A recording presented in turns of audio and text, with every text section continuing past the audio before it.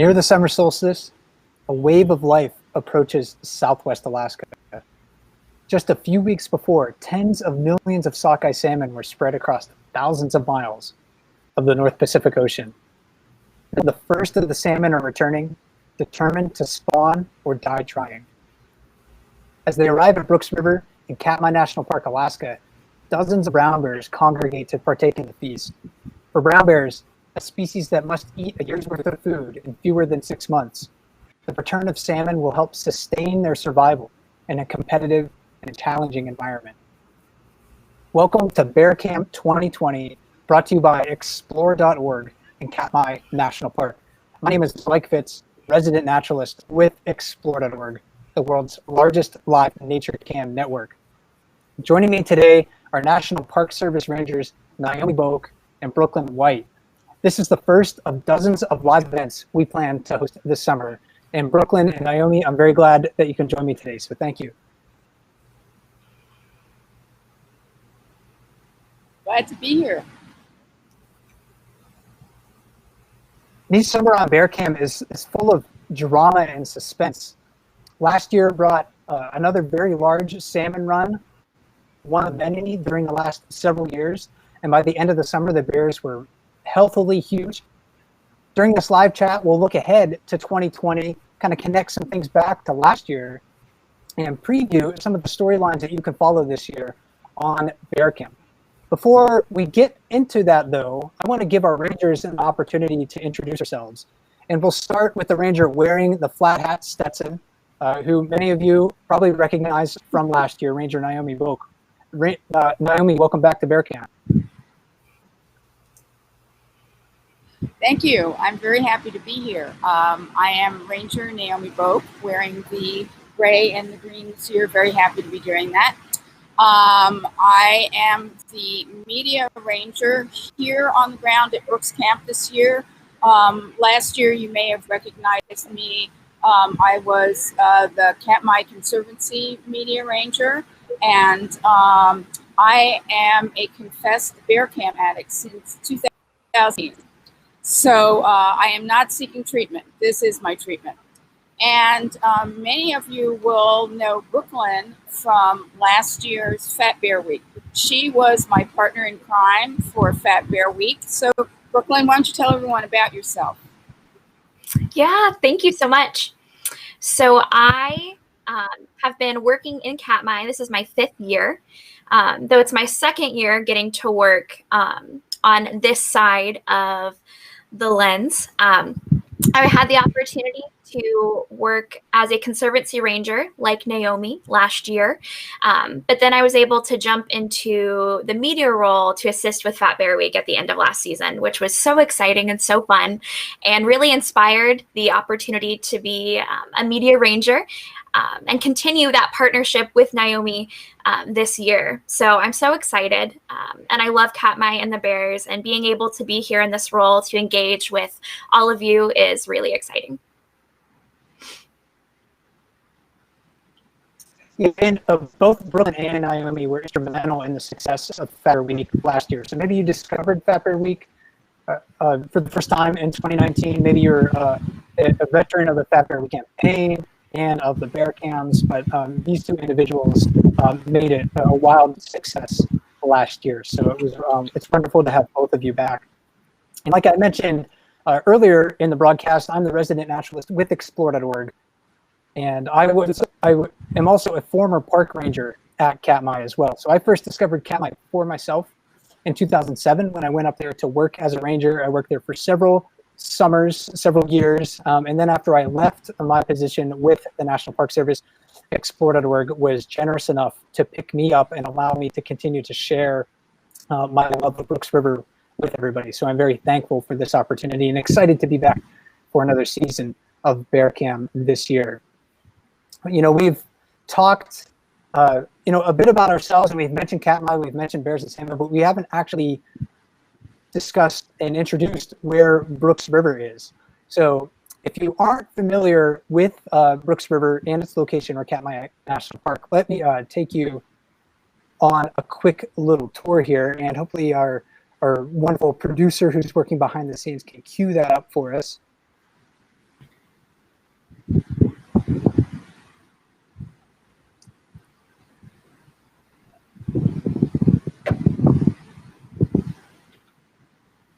So Brooks River is located about 300 miles southwest of Anchorage, Alaska, in the west central portion of Katmai National Park.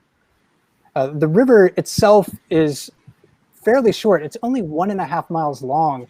And in this view, it flows from left to right. Brooks Falls is right in the center of your view. Along with the National Park Service, Explore.org hosts and maintains several webcams at the river. Video from the bear cams is sent to not only one, but 2 repeaters on Dumpling Mountain, which then relay the signal to the small town of King Salmon about 30 miles away. Maintaining the system in an area that is essentially off the grid, since no roads or power lines reach Brooks Camp from King Salmon, is challenging to say the least.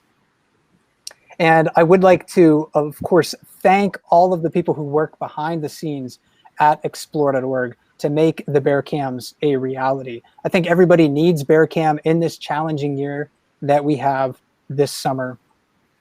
You know, everyone's experiencing this pandemic together. It's a shared experience, and we can share the bear cam experience with everybody. So I especially would like to thank, you know, Joe Piper with Explore.org, who worked very hard to make sure that the cams were up and running this year, and all of the other staff at Explore.org. So thank you very much for that. Of course, you know, we have a lot of people working behind the scenes to make the bear cams a success, but the real stars of the show, it's not me, it's not Naomi or Brooklyn, it's the bears. But Brooklyn, I did want to ask you, you know, since the bears are the star of the show, why do they gather at Brooks River? Why is Brooks River so special for them? Yeah, that's a great question. I mean, just like the footage that started our chat showed, we have an abundant amount of salmon, and that provides just a brilliant resource for these bears. The Brooks River is a part of the Bristol Bay watershed that moved over 50 million salmon through its waters. Now, the Naknek River that ultimately connects into the Brooks River receives just a portion of that 50 million, but still that's enough to provide an abundant amount of food for these bears. The other really unique feature is the falls itself. It provides a bottleneck for the salmon. It's just tall enough that it's difficult to jump over, but short enough that the salmon can ultimately make it. But it allows this really unique opportunity for bears to feed in a way that they have access to food easily. They don't have to expend a major amount of energy to access that food. And so it just creates a really beautiful ecosystem. And so the bears are here to really enjoy that and feed off of that and gain all of those calories to prepare for winter hibernation. But because of that, you know, the salmon are the star of the show. And they love this beautiful water that we have here. The Brooks River is situated between 2 lakes, and that provides really clean, cool, oxygenated water for the salmon. That's what allows the salmon eggs to be successful. And so they're able to come back year after year to this beautiful, clean water and ultimately continue that cycle. So salmon are just as happy here as the bears.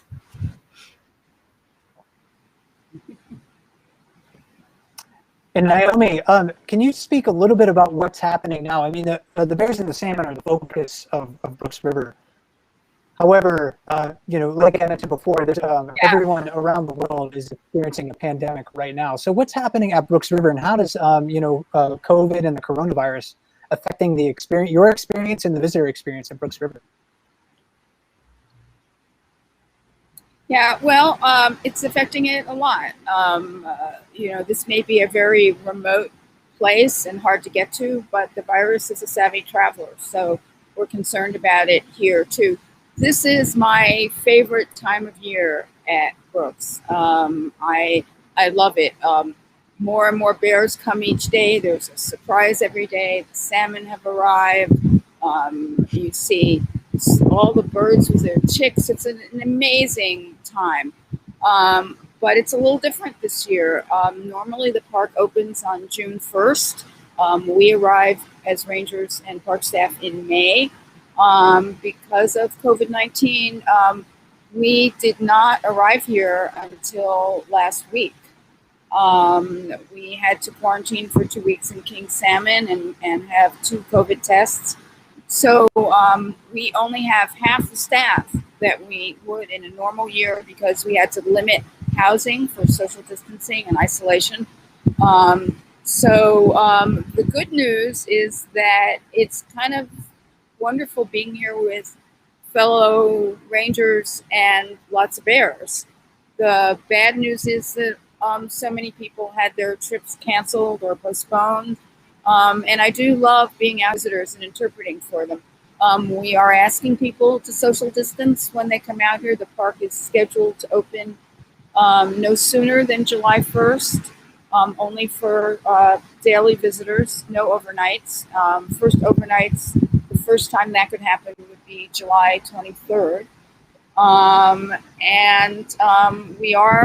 When we are around other people, we are wearing masks. We are trying to social distance. Bears are great at social distancing. They like to stay more than 6 feet from each other. And we're trying to be cautious and courteous to our fellow human beings this year. So yes, it's a different year out here, but the bears are great. I don't know if some of you were on the chat this morning, but Holly, the Queen of Corpulence, the 2019 Fat Bear champion, was seen yesterday with a spring cub. So all that fat really helps. So, Mike, what do you think we need to look for this season? What kind of stories do you think we'll have this year? Well, certainly, I think the storyline with the pandemic is one of them. And I know that you'll and the other staff at Katmai will keep us informed on that. And I would like to thank you for answering a little bit of those questions because we've gotten several questions about that from viewers recently, especially through the Submit Your Bear Cam question page. So the people who have asked those questions, I hope Naomi was able to give you some explanation and insight into the things you were wondering about. This season, I'm really looking forward to watching the bear activity change through the summer overall. Right now is the peak of the mating season, and bear activity will vary considerably during the summer. But 2 aspects of their lives, which will always be there, is competition and hunger. And right now, there's a bunch of conflicts happening within their lives. They're competing maybe for space at the waterfall if a few of them come together to try to catch some of the first salmon of the year. But also there's competition amongst different bears for the mating season that's happening right now. So you'll see bears following other bears. That's been one of the major storylines for some of the bears, for a lot of viewers over the past few days, seeing a very large dominant male, 856, following a very large female, number 402. And then the other part of their lives that's going to be here through the whole summer, even after the mating season wanes, of course, is their hunger. That hunger is really never going away. It's ramping up right now. The bears have subsisted on their body fat, their fat reserves, really since last fall. And most of them have not had any good meals until the salmon arrive. And Brooks Falls is such an important place for these bears because it is the first spot in the region where bears can catch calorie-rich salmon. And their transition from summer to fall is really remarkable. So they come here in late June and July. July is really the peak for bears fishing at the falls. And then time, but in August, a lot of the bears will disperse throughout the region, throughout the watershed. All the last year, bears fishing every day, typically from late June until to late October. It's really remarkable. That is such a unique thing for bears. Food sources are not nearly that concentrated in most places, and they're much more rural. So bears had a really big year last year.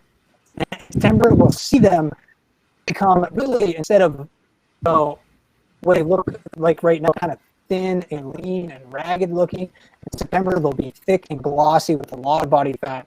And that overweight above our heads right now on the screen, a 151 walker, I think is a great example of the transitions that we'll see in their lives. And that is all because of their profound hunger, needing to eat a year's worth of food in about 6 months or less time than that. So a really amazing transition. So bear activity will vary through the summer. A lot of hungry bears, the mating season going on right now. And then at the end of the summer, a lot of fat bears will also be very hungry as they try to gain those final fat reserves before they go into winter hibernation. But Brooklyn, bear activity on the river this year will be, yes. Mike, can I interrupt? Because we are live. I just wanted to show you guys that I am at the falls, and that is 128 Grazer with her 2 little spring cubs. Sorry I had to usurp you guys, but it is live TV and we should take advantage of it. Yeah, there she is. She upstages us all. You know how they say never be on screen with children or dogs? Never be on screen with bears. So you guys can go back. Maybe you can talk while she's in the background here. Yeah, 128 is one of those bears that's a frequent visitor to Brooks River. And it'll be wonderful to watch her story this year. She's also a really great angler. And her success is dependent on salmon. And Brooklyn, kind of getting back to that thought I had before, what can we expect to see with the salmon run this year? It's going to be really interesting. There's so many storylines for the salmon that we don't physically get to see because it's all happening under the water.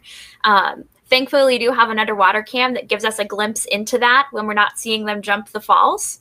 But we see so much playing out when the salmon begin to gather, which they are right now. I believe there have even been a few salmon that have been jumping the falls, which is exciting. And we'll continue to see that ramp up as the season continues into July.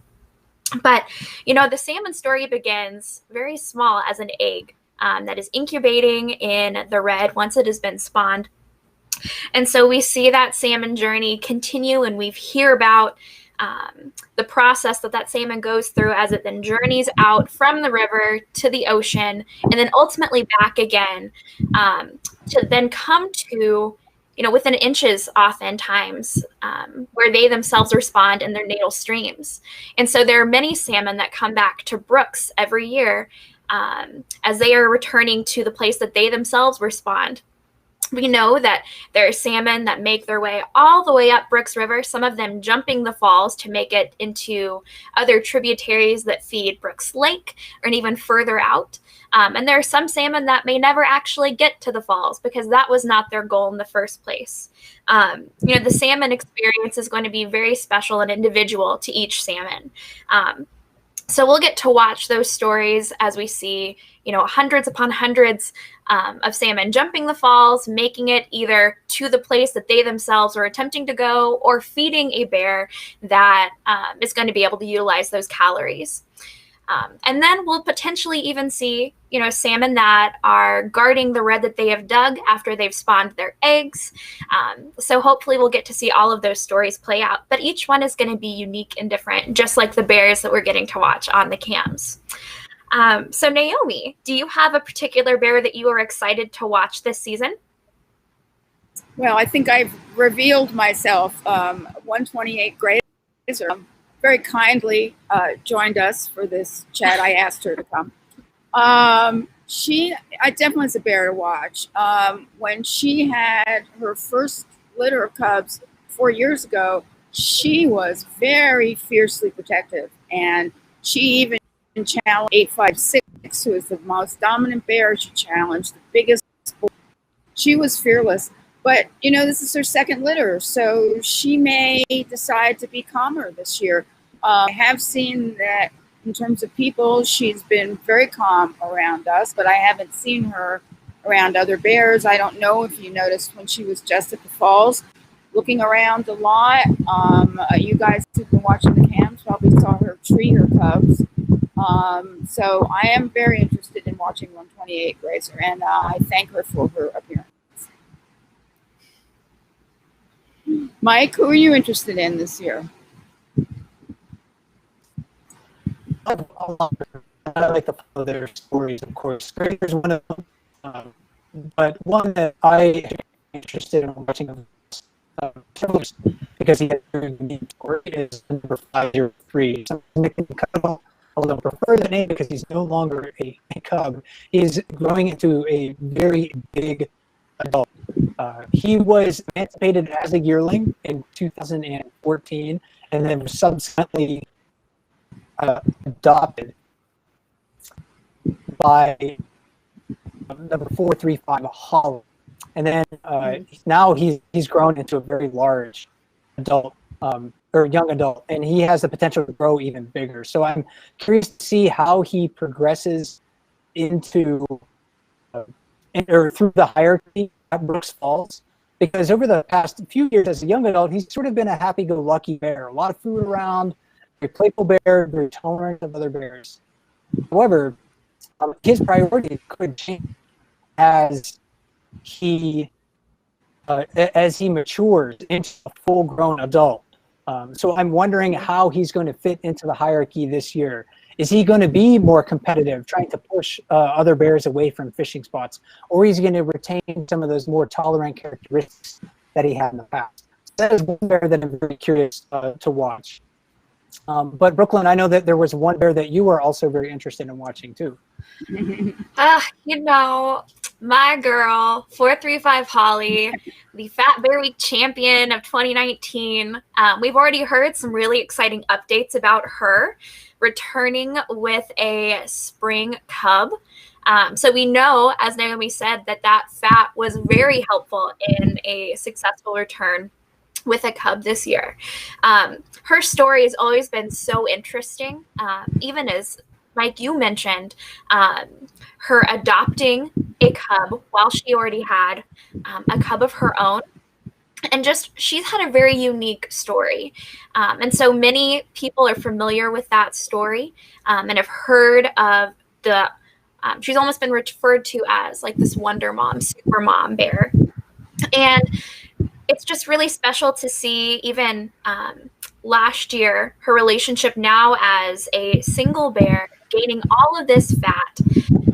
And we know that she is really good at getting fat, even when she has cubs of her own. So I think it'll be really fun to see what her temperament is with this new spring cub, what the season looks like for her, and if we have any new special storylines. And each one of these bears is, well, an individual. And I think that's one of the fascinating things about the Bear Cam experience. We get to watch them not only over a few days, but over seasons and years. We get to see them grow from small cubs into large adults. We get to see the large adults age and face, the really stiff competition posed by younger bears. So the individuality of these animals and the ability to get to learn them and get to know them as individuals is a really unique experience in a national park setting. Most of the time, if you go to a national park, you see a bear, it's just kind of a bear on the horizon or on the hilltop. You don't have the opportunity to really observe it for long periods of time, but we have that opportunity with Bear Cam, and I think that's an amazing thing. Each one of the animals has its own personality and disposition, and that's such an exciting part of the experience.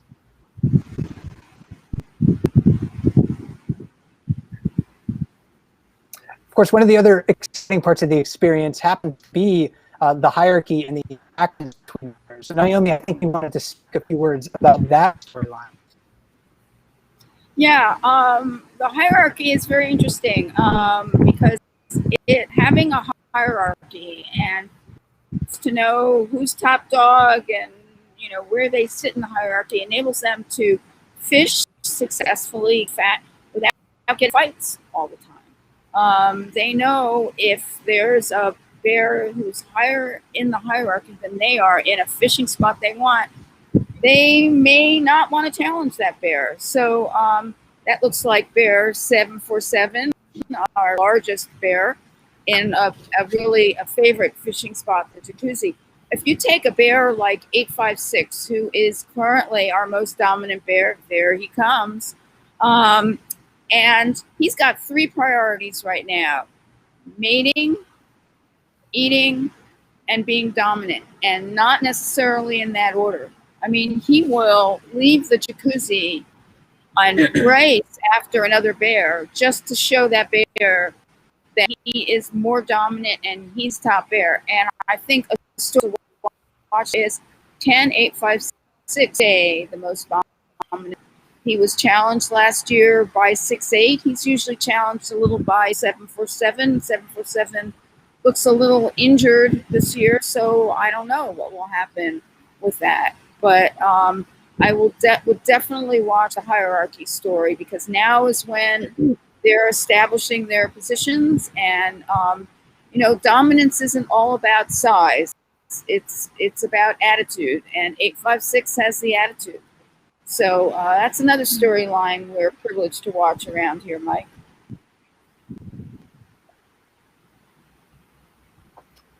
And then one big question I think that is on a lot of people's minds is how the relative lack of people at the work this year will affect their activity. And maybe before we get into some of our thoughts on that, you know, Naomi, could you reiterate what you expect to see at Brooksburg this year? You know, reiterate the number of staff that are there, and maybe what the activity might be like over July. Yeah, I mean, in June right now, of course, the Brooks camp is closed, so it's just park staff. We are half the number of people we usually are. July 1st, it's only a trip starting, and that's a tentative date. It's, you know, looks like it's happening, but we never know. I think it's going to be a lot less people. People are hesitant to travel. Some people can't. They tested before they come here, which is a lot of mandates. So I think you'll see. I mean, what I've noticed being here with very few people is the bears kind of rule a bit more. They don't have anglers out in the river except for a couple of staff who are fishing to eat. They are kind of calm around us, although the new moms are a little bit skittish. I don't know. Brooklyn, you're familiar with people come to the Brooks River. You've been out here for several years. You did a lot of bear orientations last year. What do you think about the past year's visitation versus what might be this year? You know, I think it's going to be really interesting to see. We've got so many factors and variables that are coming into the Brooks Camp experience, which is already pretty complicated. It's hard to get here. You travel by a couple planes, sometimes a boat, and you finally make it. So we've seen, you know, visitation continue to increase over the last few years. And I think prior to kind of the restrictions that we're facing now, we would have continued to see that visitation increase. So this year, I think it's probably going to be very different. We already know that many people, unfortunately, have not been able to make the journey because there were restrictions in place in May and in June. But I think that it'll be just an exciting time, even though it'll be different. I think we'll have people that are still coming out being able to enjoy, but we'll have lots of different experiences that may require a little bit more flexibility or patience, but still to be able to see the beauty of this place and the bears and experience Brooks Camp, even if it'll be a little unusual for this season. And I'm going to remind people we have the bear cams, right? Yes. And that's an amazing thing in this year. I mean, the fact that Explore was able to get the bear cams up and running at the same time of year that they usually do. I mean, it's much to their credit. So in a time we're in lockdown, I spent over being self-isolated on the East Coast. You know, you get a little bored, but everyone's got the bears. Kids who couldn't go to summer camp, they now can watch the bears and get to know their stories. So thank you, Explore.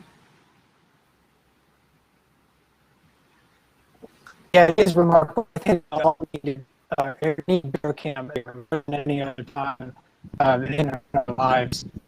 And as we're you know, going through some shared experience this summer, one thing we can watch for is how the bears use the river differently. because there will be fewer people at the river, or we expect fewer people at the river. Really, that's an open question. Will the bears react differently, use the river differently? Because visitation at Brooks River has grown quite substantially over the past 10 years or so, and it's been fairly high really since the late 1980s.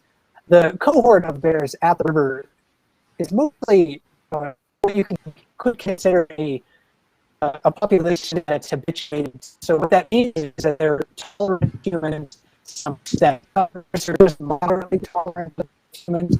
Others are very tolerant of humans. So the bears are extremely interesting. So those bears that aren't people, those bears that maybe stayed away from the river, or only used the river hours when people weren't as active. I don't know if we're going to see any changes out of them, just because it's they're not expecting anything different. But there is one bear that we can watch on camera that might give us some insight into that. He's a bear that shows up every July since he was a sub-adult in the mid-aughts or early aughts, and he is number 755 Scaredy Bear. He got his nickname because he was very skittish when he was younger. As a young bear, skittish of other bears, shy of other bears, and also not tolerant of people. He really did not like people in his space, and that doesn't mean he was dangerous. It just means he ran away from the area. So he's a bear that we see even now as a big adult, standing on the far side of the river, away from the wildlife viewing platform where Naomi is standing, where people tend to gather.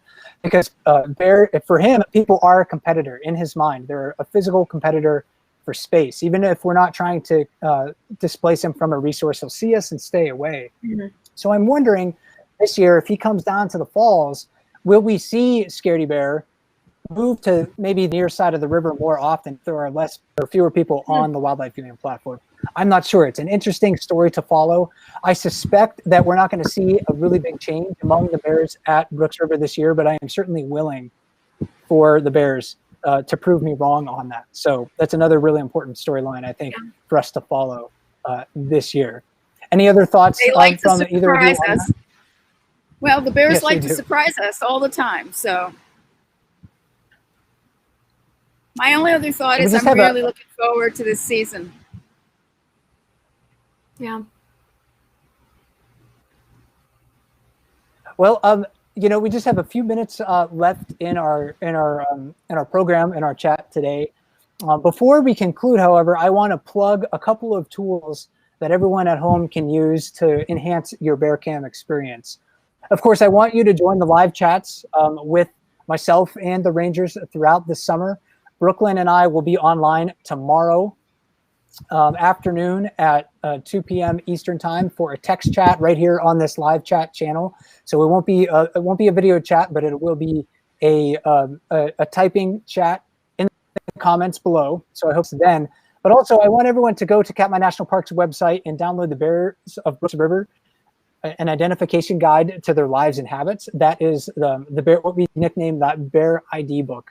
Just type in Katmai ebooks into any search engine, and it'll probably be the first hit for you. I know Rangers are working very hard to update it for 2020. So they haven't quite got there yet. Of course, there's been a lot of things delayed because of the situation that we're all in. So be patient with that, but you can still download the 2019 version and get to know a lot of the bears that are on the river right now. And then also join the conversation in the comments on the bear camp pages on Explorer.org. We welcome your insight, your thoughts about the bears. It's a very welcoming community. So I want to see more people in the comments chatting about bears. I think it's a wonderful way to get to know one another around the world and learn about the bears that we love at Brooks River. Naomi and Brooklyn, I want to thank you so much for joining me today. Bear Camp 2020 is already shaping up to be an exciting season. And we're really looking forward to sharing the experience with everybody. We'll see changes through the summer, the salmon run. One of the most epic events in nature is just beginning, and their arrival signals the season of plenty in Katmai. By the end of the summer, the salmon will be spent after sacrificing their bodies in order to reproduce. And the bears throughout this whole season are going to be working really hard on their bears, transitioning from lean and ragged, which they are right now, to what Naomi said earlier, the kings and queens of corpulence. So their profound hunger and their ability to compete, learn, and adapt are all on display for us to witness this year. So it's going to be an exciting season on Bear Camp 2020. My name is Mike Fitz with Explore.org. I'd like to thank everybody for joining me today. Please join us for our other Bear Camp live events.